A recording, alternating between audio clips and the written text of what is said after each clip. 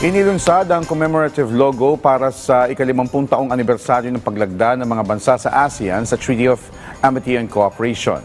Ang logo ay hango mula sa ating pambansang bulaklak na sampagita, kung saan ipinapakita ng disenyo ang pagkakaibigan, dalisay na intensyon, kababaan loob, pag-asa at mainit na pagtanggap sa puso ng ASEAN. Paalala rin ito na ang kapayapaan ay tumatagal sa pamamagitan ng mutual respect at nagpapatuloy na kooperasyon na nagbibigay ng katatagan at oportunidad sa rehiyon.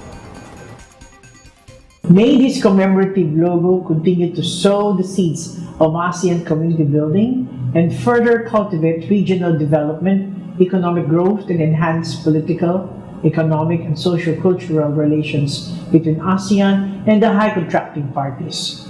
Just like the Sampaguita, may the TAC continue to blossom, deepen cooperation among nations, and inspire the generations to come.